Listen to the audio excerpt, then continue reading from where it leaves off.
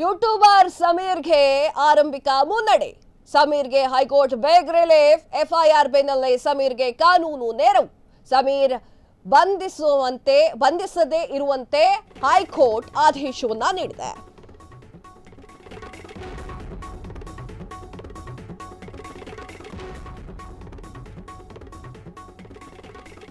FIR ಬೆನ್ನಲ್ಲೇ ಸಮೀರ್ಗೆ ಕಾನೂನಿನ ನೆರವು ಕೂಡ ಸಿಕ್ಕಿದೆ.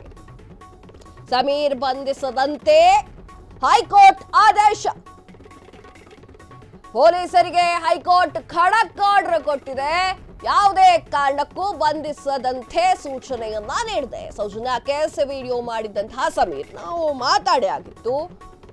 ಫ್ರೀಡಮ್ ಟಿವಿ ಈಗ ಆಲ್ರೆಡಿ ನಿಮ್ಗೆ ಹೇಳಿತ್ತು ಸಮೀರ್ ವಿಚಾರವಾಗಿ ಏನೆಲ್ಲ ನಡೆದಿತ್ತು ಅನ್ನೋದ್ರ ಬಗ್ಗೆ ಅಪ್ಡೇಟ್ಸ್ ಗಳನ್ನ ನಮ್ಮ ವಾಹಿನಿ ಕೊಡ್ತಾನೆ ಇತ್ತು.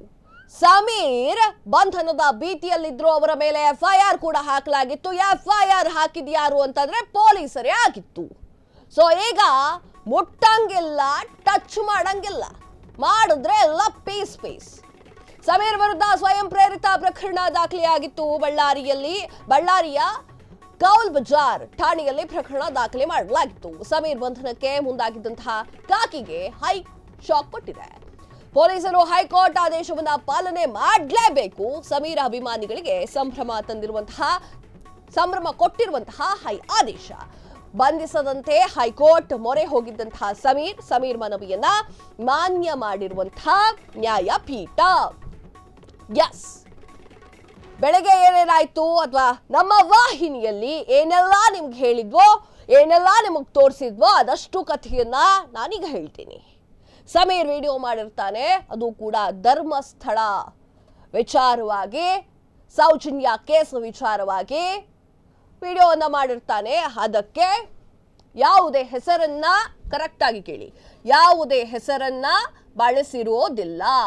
ಸೌಜನ್ಯ ಎನ್ನುವಂತಹ ಹೆಸರನ್ನ ಬಳಸಿರ್ತಾನೆ ಹೊರತು ಅದು ಬಿಟ್ಟು ಅಲ್ಲಿ ಬರುವಂತಹ ಕ್ಯಾರೆಕ್ಟರ್ಗಳ ಹೆಸರನ್ನ ಬಳಸಿರುವುದಿಲ್ಲ. ದೊಡ್ಡ ಗೌಡ್ರ ಮನೆ, ಈ ತರ ವಿಚಾರಗಳನ್ನ ಹೇಳಿದ್ದಾನೆ ಹೊರತು ಸಮೀರ್ ಆ ವಿಡಿಯೋಗಳಲ್ಲಿ ಹೊರತು ನಿಜವಾದ ಹೆಸರನ್ನ ಹೇಳಿರೋದಿಲ್ಲ. ಆತನ ಮೇಲೆ ಎಫ್ಐಆರ್ ದಾಖಲೆ ಆಗುತ್ತೆ. ಬೆಳಿಗ್ಗೆ ಎಫ್ಐಆರ್ ದಾಖಲೆ ಆಗುತ್ತೆ. ಆತ ಹೈಕೋರ್ಟ್ ಮೊರೆಗೆ ಹೋಗ್ತಾನೆ. ಎಫ್ಐಆರ್ ದಾಖಲೆ ಮಾಡಿದ್ಯಾರು? ಪೊಲೀಸರು. ನಿನ್ನ ಒಂದು ವಿಡಿಯೋದಲ್ಲಿ ಸಾಕ್ಷಿಗಳಿಲ್ಲ, ಸಾಕ್ಷಿ ಇಟ್ಟು ಮಾತನಾಡಬೇಕು.